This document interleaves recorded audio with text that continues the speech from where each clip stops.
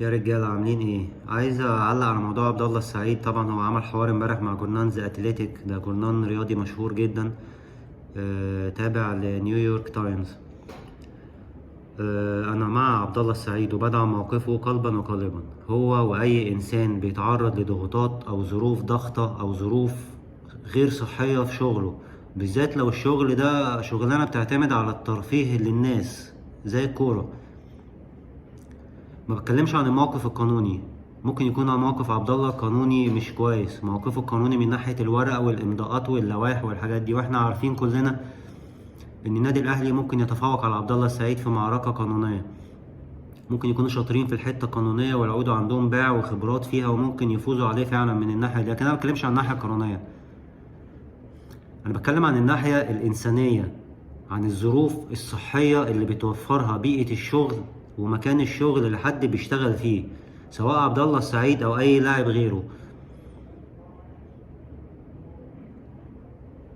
اللاعب التزم بالتعاقد بتاعه معاك، خلصت مدة التعاقد راح يتعاقد مع نادي تاني، مع ذلك انت لما ما عجبكش وما اتبسطتش وقلت له لا ارجع، الراجل سمع كلامكم ورجع.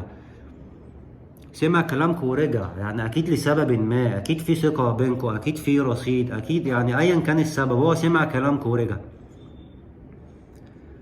يتسوح بقى بعد كده، يتسوح بعد كده وتستغل ثغرات قانونية في التعاقدات بتاعته علشان تأذيه وعلشان تخليه عبرة بعد كده لأي لعيب يحاول إن هو يتحدى النادي الأهلي أو يمشي عكس رغبة النادي الأهلي، أو إن هو بيخش في ديبيشن أو جدال أو أي حاجة مع النادي الأهلي وتحب تعمله عبرة وتدوس عليه بالطريقة دي. دي حاجة ما ترضيش حد، المفروض ما ترضيش مجلس إدارة النادي الأهلي نفسه، يعني ما يرضيش مجلس اداره النادي الاهلي نفسه. وانا شايف ان النادي الاهلي ستيل عنده فرصه ان هو يخلي عبد الله السعيد يساعده يتخطى الموقف ده. غرامه ماليه كبيره وبقالها كذا سنه بتجري وراه وقصه بتطارده، ده واحد حياته يعني كاريره كان مهدد طول السنين اللي فاتت من ساعه ما ساب الاهلي، غير الشتايم وغير الضغط اللي بيتعرض عليه من الجمهور. ده انا ما عنديش مشكله، الجمهور يعمل اللي هو عايزه، اعتقد اللاعب كمان يقدر يهندل الجمهور، لكن إدارة النادي الأهلي تفضل مستمرة لآخر لحظة لحد ما هي يعني تاخد الفلوس كلها، وده مبلغ كبير جدا تقضي عليه، يعني خصوصا إن هو ما غلطش في حاجة، ولا غلط إن هو لما راح مضى للزمالك غلط، ولا لما رجع للنادي الأهلي غلط، ولا لما ودوه السعودية ولا ودوه هنا غلط. ده واحد محترف وبيلتزم بتعاقداته، بالعكس أنا شفت عبد الله ملتزم بتعاقداته جدا. اسمع زمايلي يقولوا عليه ان هو ذكي وبتاع، واثبت لي ذكائه كمان لما اتكلم مع الجورنان ده. دي الصراحه الكلام مع الجورنان ده خبطه تضايق الاهلي. جورنان مقروء وليه شعبيه كبيره، لما لعيب يطلع يتكلم ان هو عايش في ظروف غير صحيه او بيتعرض لضغط مستمر بسبب الاجراءات اللي بياخدها ضده النادي الاهلي، دي الصراحه حاجه ممكن تزعج النادي الاهلي جدا، تزعج جدا وتاثر على شعبيته. مجلس إدارة النادي الأهلي مازال عنده فرصة إن هو يساعد عبد الله السعيد يتخطى الموضوع ده. خلاص يا عبد الله، أنت حاسس يعني أنت خلاص بتقول حياتك مهددة، أنت بتعرض للضغط، إحنا ما نحبش لعيبة الكورة تبقى بتتعرض للضغط. يتراجع، يعني ما أعرفش، أنا مش عايز أقول النادي الأهلي يعمل إيه وما يعملش إيه، بس النادي الأهلي عنده فرصة يراجع الموقف ده، يراجع الموقف ده ويحسنه. تمام، وملوش دعوه بالجمهور، الجمهور يشتم عبد الله زي ما هو عايز، انت بتتصرف بمسؤوليه، مسؤوليه ناحيه لعيبتك، سواء لعيبتك اللي هتسيبك وماشي ده كان لعيب عندك، لان دي بتوصل رسائل كمان للعيبه اللي جايه بعد كده النادي. هل انا جاي النادي خلاص انا لما هتصدم مع النادي هيسوحوني ويبهدلوني كده ويجوا عليا، يبقى انا مش هروح النادي الاهلي.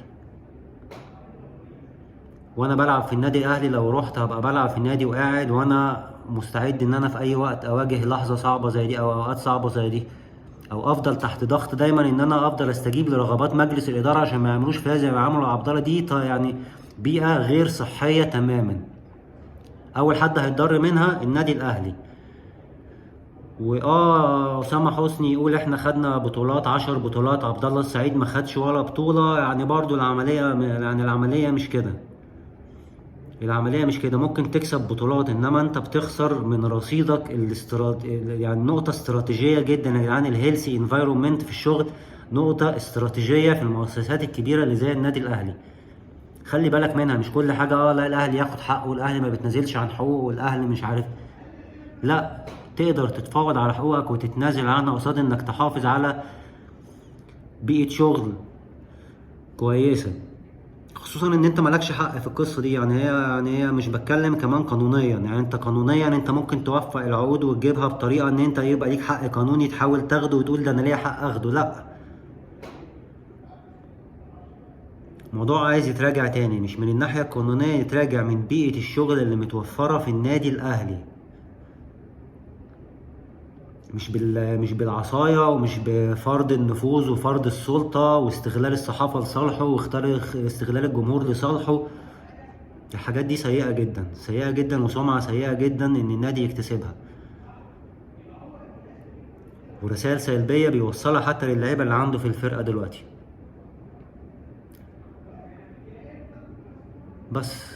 بس اتمنى الانديه توفر بيئه شغل كويسه للعيبه وما تحاولش ان هي تقهرهم وتعمله زي فتره من الفترات. كان في نادي الزمالك كان لعيبه ليها عقود، احمد حسن وفتح الله، علشان ياخد المتبقي له من عقده، اتنازل عن شويه وانا اديك الباقي، فاللعيب يضطر يتنازل عن حقه عشان ياخد بقيه حقه. دي حاجه طبعا سيئه جدا. نفس الكلام رئيس الاسماعيلي من كام يوم عنده لاعب